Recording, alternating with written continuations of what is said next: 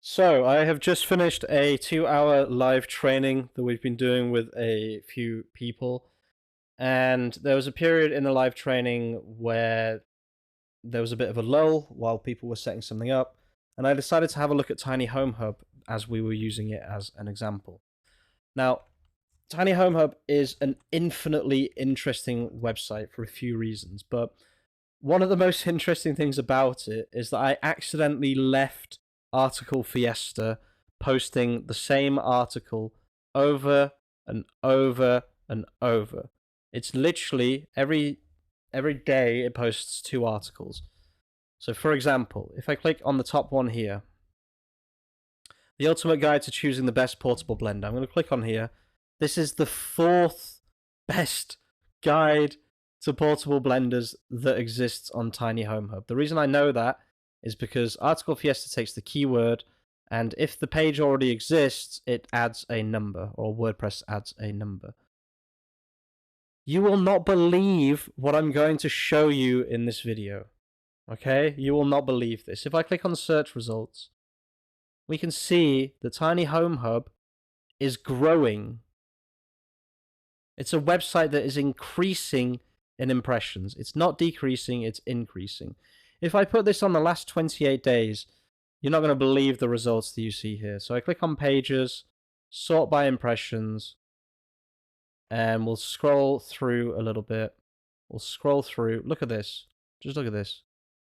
Best portable DVD player number 3 is currently getting, up to 41 impressions in a day for keywords such as portable DVD player, best portable DVD player. This is a joke. How is this website ranking? It doesn't make any sense to me.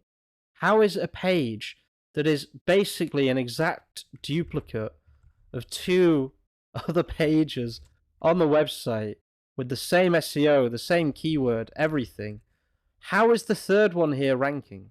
Can someone explain this phenomenon to me? Because I really just do not understand this. This is the first article. This is the 2nd article. And this is the 3rd article. They're all the same article. They're all spammy. I don't...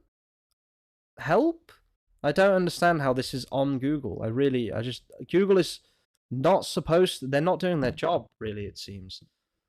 It's actually crazy to me. So we're going to keep scrolling through. Look at this.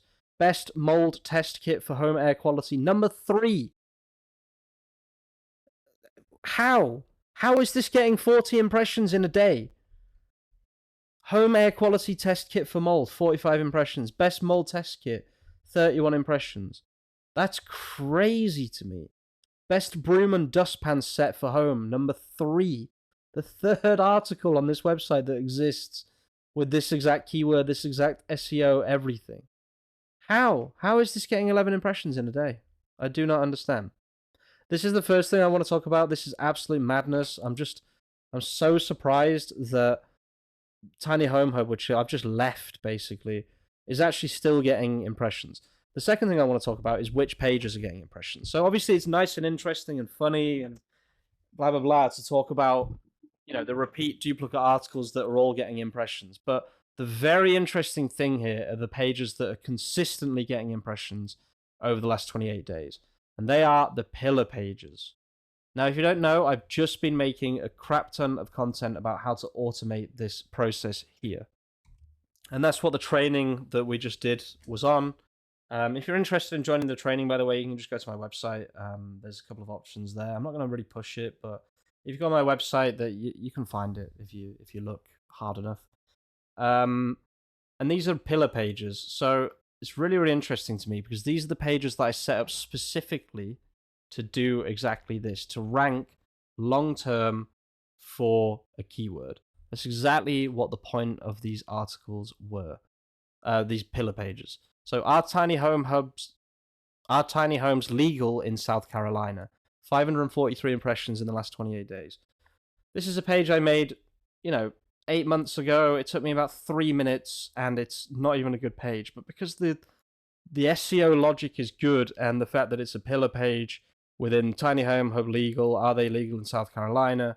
And then what I did was I built out the this page, are they legal? Which probably gets impressions as well. Let's just check that. We don't say probably on this channel. We say definitely. Yep, 3.7k impressions. Oh, no, sorry. 802 impressions, which is actually the most impressions of any page for the pillar page. And then what did I do? I backed up the pillar page with sub-pillar pages.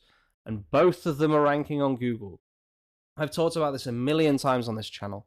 When you first start a website, what you need to do is you need to make a homepage. You need to make your blog post topics, your pillar pages. You need to make your sub-pillar pages with lots of images, DALL-E images, infographics, graphs, whatever it might be. So if you actually go on here, for example, let's go on the actual pillar page. If you do all of this and you do this well, this gives you the core of a website, okay?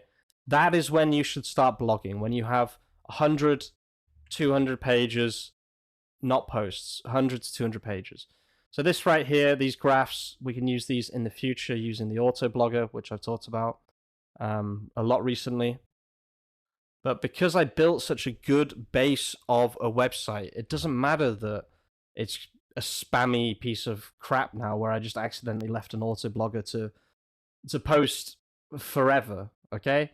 One of the best articles here with 4 clicks, which I know it's not massive, but like this is the 3rd iteration of this article and it's ranking on Google just because the base of the website is so damn strong. So you can see all of these pages that I made in the past, you know, tiny house basics, tiny home checklist. They always seem like pointless pages to make, but they're really, really not. They're really, really important to this process. What you need to do is you need to identify pages that you can make en masse. So let's say it's location based. You make one for every state, one for every city, one for every whatever, okay? And then there's the legality, the costs, the aesthetics, sustainability, and then these ones here, tiny houses, we have the tiny house movement, tiny home checklist, understanding weights, understanding dimensions. So if you actually go on Ahrefs, this is also very, very interesting to look at.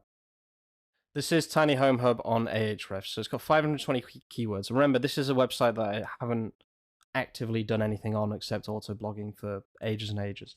So I'm not saying this is an amazing result or anything, but the pages that are ranking here are pretty much all pillar pages, okay? So I cannot stress this enough. You need to build yourself a solid base of a website. It doesn't matter if you're in e-commerce.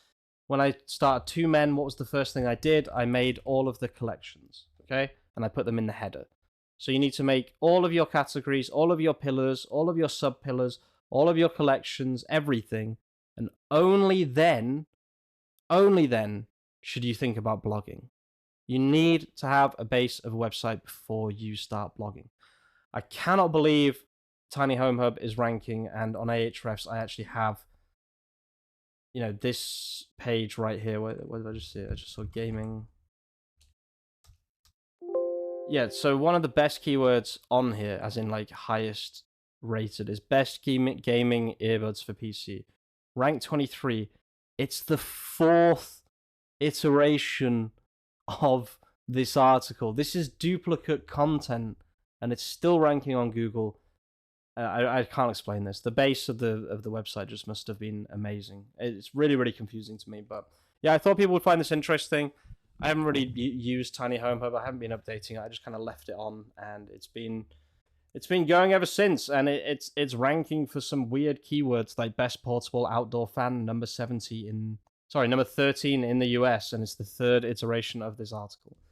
Unbelievable stuff, guys. I thought people would find this interesting. If you're watching till the end, you're an absolute legend, and I'll see you soon with some more content. Peace out.